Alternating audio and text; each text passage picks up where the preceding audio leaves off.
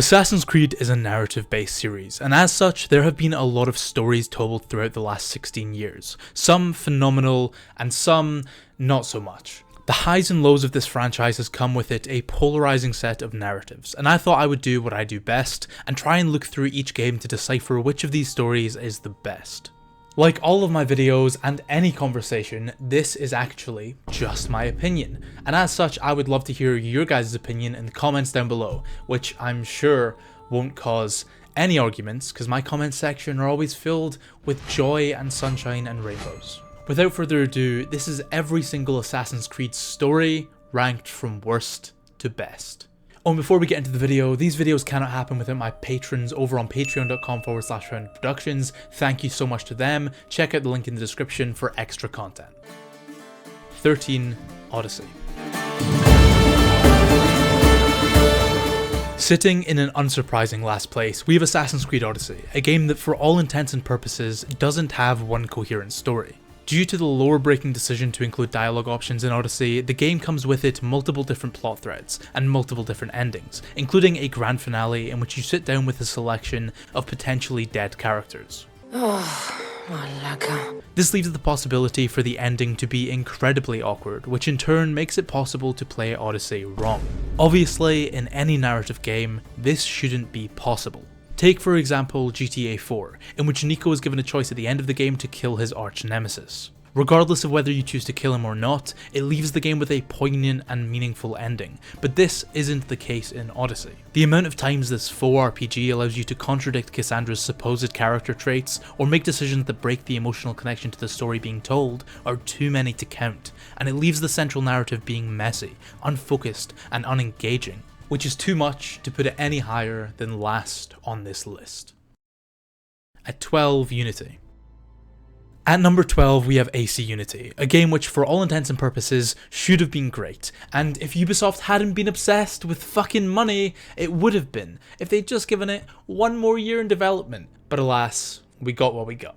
Regardless of the other issues in Unity being largely fixed, the story is something that cannot be saved, as it tells the messy tale of Arno joining and leaving and joining and leaving and joining the Brotherhood once again, with an underdeveloped love plot contriving its way into being Arno's main motivation. Its most important themes are hidden behind convoluted plot points and a structure that is simply out of place. Perhaps if Bellic's betrayal had been the grand finale of this game, the story would have redeemed itself somewhat. He poisoned us!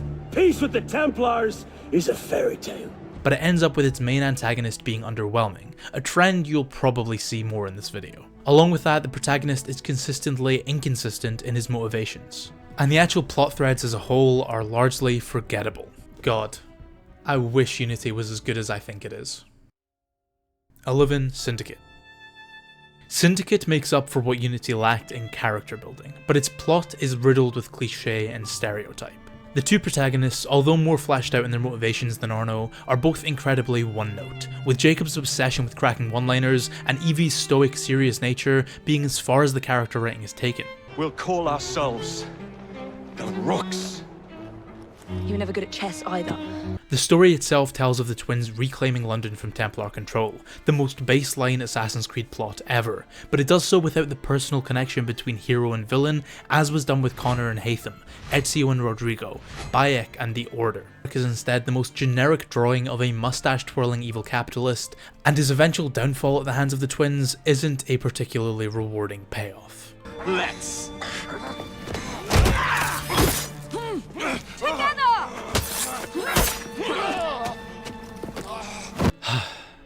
Merry Assassin's Christmas. At number 10, Brotherhood. Holy shit, founded Scarab putting an Ezio game low on one of these lists? What is going on? This is a miracle. See, I've made it clear that I believe Ezio's holistic trilogy tells the best story in the franchise, but Brotherhood from a narrative point of view is far from perfect. Although the connection between Ezio and Cesare is great, and his motivations for tearing down the Borgia are well established, the actual story points are fairly by the numbers, with minimal growth in Ezio's character in comparison to his other games. The game also has this weird betrayal plot point that honestly falls incredibly flat, and although side content such as the Da Vinci disappearance and the Christina missions are some of the peaks of the series, the main story is a significant step down from its predecessors. No man can murder me! Then I leave you in the hands of fate.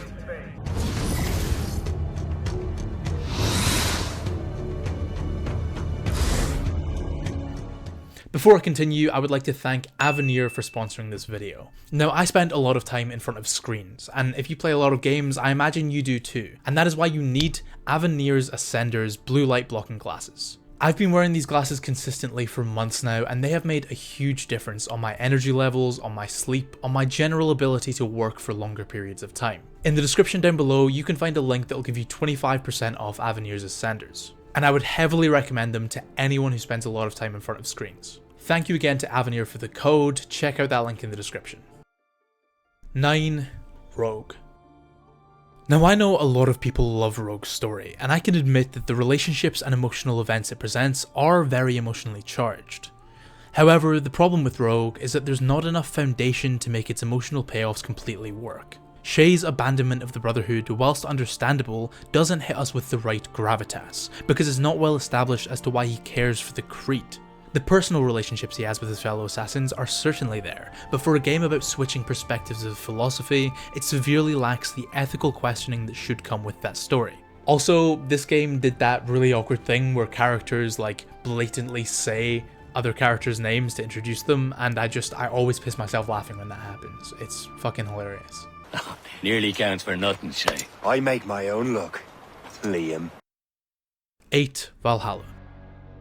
Valhalla's story is conceptually great. It tells the story of a Viking driven entirely by ego, relinquishing her desire for glory and afterlife to instead be true to those around her, those she actually cares about. Eivor discards her shadowy second half and recognises that being imbued with divinity isn't worth giving up her real self and her strong bonds. However, Valhalla faces a major issue in its structure, due to the non-linearity of its storytelling, which leads to constant pacing issues and at times game-breaking character inconsistencies, which especially come after she destroys the Order of the Ancients, but refuses to join the Assassins because there's not enough glory in hiding in the shadows. Now that you have seen our enemy and you understand our cause, I wonder if you would join us. Become a hidden one. It is a kind offer, but I do not believe we fight for quite the same cause. It is also far too long, as the solution the game came up with for mediocre side content was to force it into the main plot. This 50+ hour runtime leads to plot points and narrative threads very easily being forgotten about. This story taken in a vacuum is beautifully written and consistently impactful, helped by the fact that it's got the best modern day of a game since 2012. However, these pacing issues will always drag it down in the eyes of fans and non-fans alike. The lesson learned from this is that 20-hour games are always better than 100-hour games. Always. 7. Mirage. Speaking of which, Mirage tells a story similar to Valhalla. However, the roles are flipped, as we see Basim embrace his divine second half and come to realise that the dogma and fanaticism of the Creed isn't everything. We see his ego and his desire for greatness grow, spurred on by his exceptional abilities, and this leads him to succeeding in his goals, but not with pure motives. The supporting cast of Mirage is reminiscent of games of old, and it presents characters that genuinely bring up important questions of freedom, faith, and the criticisms of the Creed. And it was the first game to bring these questions to the forefront since Black Flag. The game also tells the story without any bloat, as every element it presents is vitally important in its overarching story, giving it a consistency of storytelling that isn't shared by its Viking counterpart. It's far from having the most depth we've seen in the series, but it is a very strong entry into this franchise. AC3. I used to be in the boat of completely despising the plot of Assassin's Creed 3 for one key reason. The convoluted, broken, shallow plot twist that comes when it's revealed to Connor that George Washington was responsible for the death of his mother. It seems your good friend here has just ordered an attack on your village. Not the first time either. Tell them what you did 14 years ago. That was another time. The 7 Years' War. And so now you see what happens to this great man when under duress. He makes excuses, displaces blame, does a great many things, in fact, except take responsibility. Enough! And whilst this plot twist still sucks, The rest of the story isn't quite as bad as I thought. Although the vast majority of Connor's character development comes in the Davenport homestead missions, the main narrative isn't necessarily about his growth in the first place. It's about witnessing the horrors that come to be when faux morality, whether assassin or Templar focused, is focused on solely. AC3 splits up its story between Haytham and Connor, and we get a far more intricate look at either side of this hidden war, coming to realise that compromise between the two may be the best possible option. However, compromise can never truly be achieved, and their battle acts as a continuously swinging pendulum, leading to a cycle of violence that reflects the constant wars of the real world. Ironically, Assassin's Creed 3 did the story of Rogue far better than Rogue actually did. The game has some of the best written dialogue in this regards, as it presents both Haytham and Connor's perspective intensely flawed, creating a conflict that doesn't necessarily seem to be good versus evil. The only difference, Connor, the only difference between myself and those you aid is that I do not feign affection. Now, this does come undone slightly at times in the Revolutionary War setting, as the British are oftentimes presented as the bad guys per se, but when the game focuses on the Assassin-Templar conflict instead of the American War, we get some truly fantastic moments. So, you all finally got me to admit it. Assassin's Creed 3 isn't the worst thing ever made. Origins. When Origins came out, I believed it to be a true revival of the series that told a phenomenal story, and while that opinion has deteriorated over the years, the story is still strong enough. Although muddled by some of the worst dialogue in the series, it is time for assassinations. Bayek and I's journey of revenge for the death of their son is one that truly resonated with too many people to discount, which is helped by Abu Bakr Salim putting in one of the best performances in the history of the medium. Although some of its side characters fall flat, especially the leader of the Order Flavius, who's revealed truly out of nowhere, there are other characters that stand as strong elements of Bayek's journey. Bayek's connection with children, reflecting that of his own son, is fantastic, as we see this lifelong warrior truly change for the better, come to recognise the power and influence he has, and diffuse it across Egypt and the world for a greater cause. Bayek is still a strong protagonist, and although the game got a lot wrong, Origins will always be remembered fondly, at least for the story it tells. Assassin's Creed 1.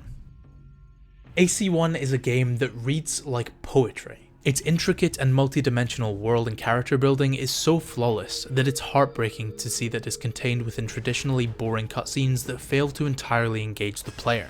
The story of Altair, this arrogant but rightfully exceptional assassin, being faced with a complete loss of reputation, leads to us seeing him develop a wisdom unseen in any other protagonist, as he uncovers the first true Templar conspiracy. The way his growth is reflected by the journey of Desmond uncovering the truth about Abstergo in real life is excellent, and leads to two genuinely surprising revelations that are spoon-fed gradually throughout the game, never feeling sudden or out of the blue, but strongly inbuilt in the entire narrative makeup. Man, more people need to play AC1.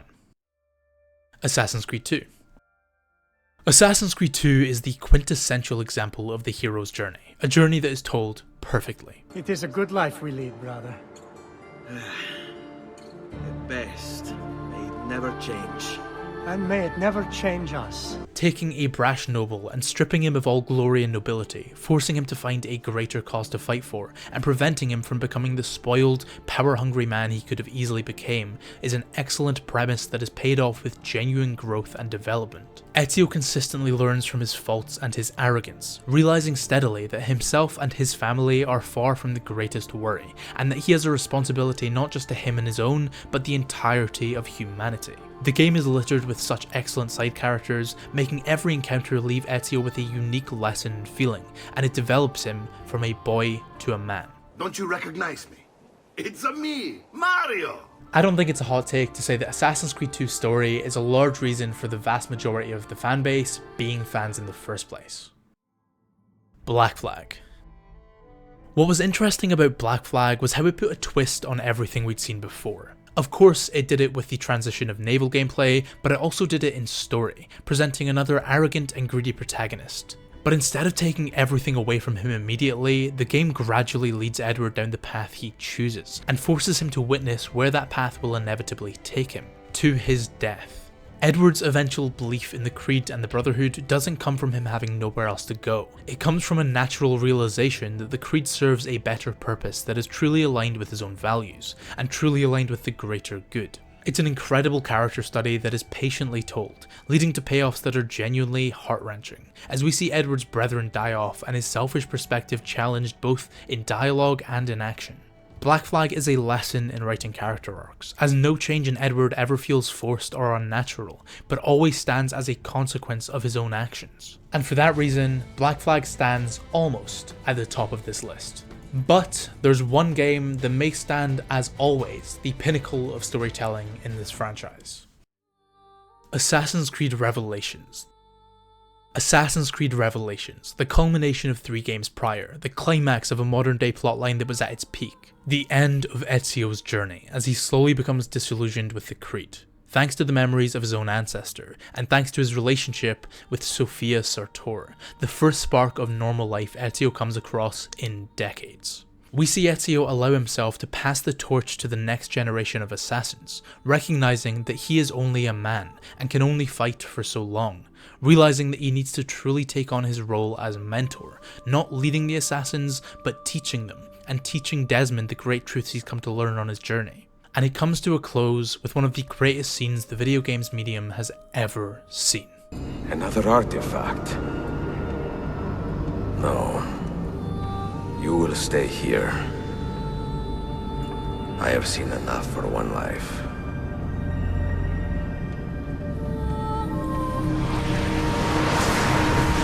Desmond? He's talking to me? I heard your name once before, Desmond. A long time ago. And now it lingers in my mind, like an image from an old dream. I do not know where you are, or by what means you can hear me. But I know you are listening.